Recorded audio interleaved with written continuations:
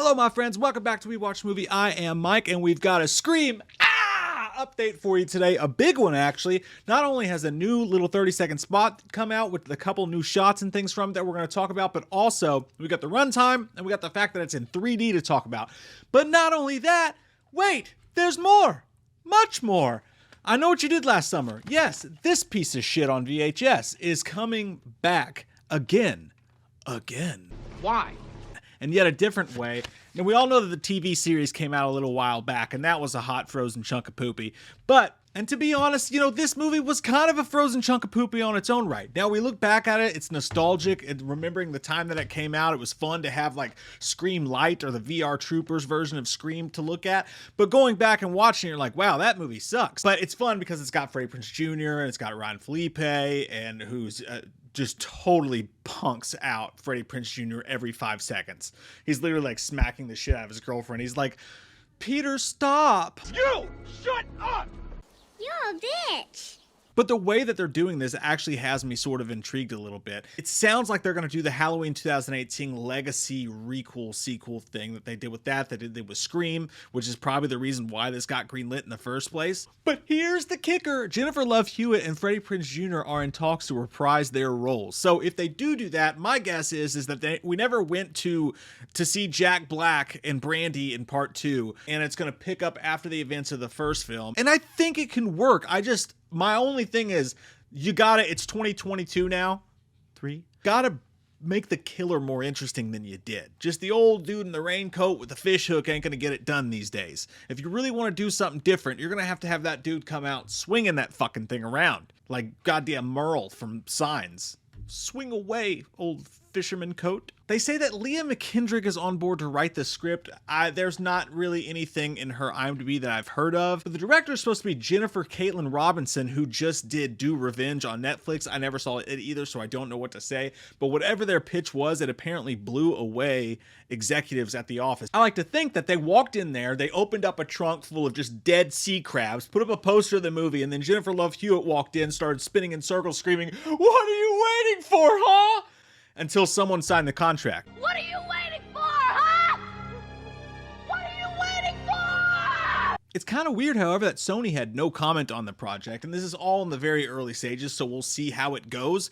But yeah, looks like we're getting a Nightmare fuck, don't you wish? Looks like we're getting I Know What You Did Last Summer sequel again. So everybody get on the Sarah Michelle Gellar Never Died train, and let's piss people off with that one too. The director of this did do some writing on Thor 4, which that's not good. But I'm sure it'll be wonderful, it'll be fine. Comment down below, what do you guys think about this? I'm surprised that with Kevin Williamson being like out there in Hollywood so much with Sick just coming out and his work on Scream and all the stuff he's doing, that he's not somehow tied to this again. It seems like that would be the next logical step for you guys to do that.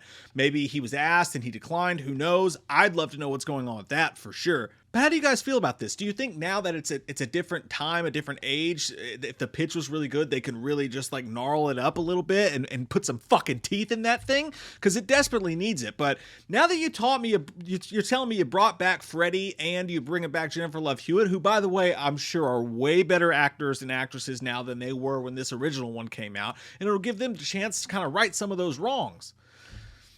Not that they were terrible, but that has me interested. Comment down below. I wonder what you guys think about this. Are you excited for it, or are you just eat a dick? But on to the Scream 6 news. A new little teaser came out with a little bit of new information in it. Let's check it out together a little bit here. We see someone zipping up a body bag, which people die in a Scream movie. That's what happens. We see Ghostface, that awesome shot of when he walks up to the glass. You see him actually break it and the knife come through. I'm not 100% sure if they showed that in the last one or not, but it's worth noting. Right here in this shot, you can see that definitely looks like Mindy on the ground there. So this is the second time we've seen in just the trailers Mindy get attacked. One of them seems like it could have been a dream sequence on the train, the way they did that. This one definitely looks legit as shit. And she's on the ground and Ghostface is coming at her. So I think if we were doing a Deadpool for Scream characters, Mindy's just went down about 12 to 32%. I've been saying that one of my predictions is that I think either Chad or Mindy die for sure, and I think that also either Sam or Tara is in on it somehow. just a little tickle in my taint I got about it. This isn't like any other ghost face. We do get a little line here out of Kirby, which is nice. I mean, she just says the basically the most generic thing you can imagine her saying in this, when she just says, "This is unlike any other ghost face."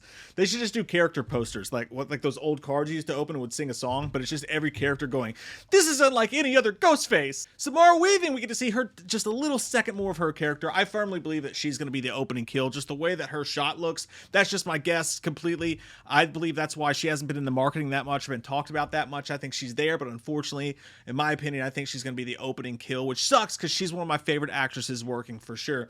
But we do get this scene of her taking a call right here, and you know, look over to the right here. Is that a trash bag with a body in it? I mean, it's either a body or a fucking summer chair cushion, but those glad bags are amazing.